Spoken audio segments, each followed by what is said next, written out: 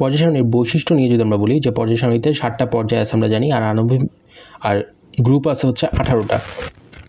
প্রতিটা পর্যায়ে বাম থেকে গ্রুপ 1 শুরু করে ডান দিকে গ্রুপ 18 পর্যন্ত বিস্তৃত।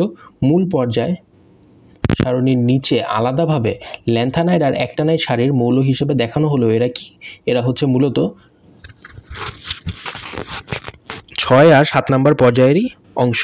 ওকে, এবার গ্রুপ 1-এ কয়টা মৌল আছে? জাস্ট দুইটা।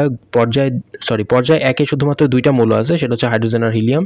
পর্যায় 2-এ এবং পর্যায় 3-এ 8টা করে মৌল আছে। পর্যায় 4 এবং 5-এ 18টা করে মৌল রয়েছে এবং পর্যায় 6 এবং 7-এ 32টা করে মৌল রয়েছে। গ্রুপ 1-এ 7টা মৌল, গ্রুপ 2-এ 6টা মৌল, গ্রুপ 3-এ 32টা মৌল, গ্রুপ 4 থেকে গ্রুপ 12 পর্যন্ত প্রত্যেকটা গ্রুপে 4টা করে মৌল রয়েছে এবং গ্রুপ 13 থেকে গ্রুপ 17 পর্যন্ত প্রত্যেকটাতে 6টা করে মৌল রয়েছে এবং গ্রুপ 18-তে 7টা মৌল রয়েছে। এগুলো আমাদের মনে রাখতে হবে। এটা হচ্ছে পর্যায় সারণীর বৈশিষ্ট্য। এবং যে সকল মৌলে পারমাণবিক সংখ্যা 57 থেকে 51 পর্যন্ত, এরকম 15টা মৌলকে বলা হয় ল্যান্থানাইড সারির মৌল। ওকে, আর যে সকল মৌলের পারমাণবিক সংখ্যা 89 থেকে 103 পর্যন্ত, এরকম 15টা মৌলকে বলা হয় অ্যাক্টিনাইড সারির মৌল।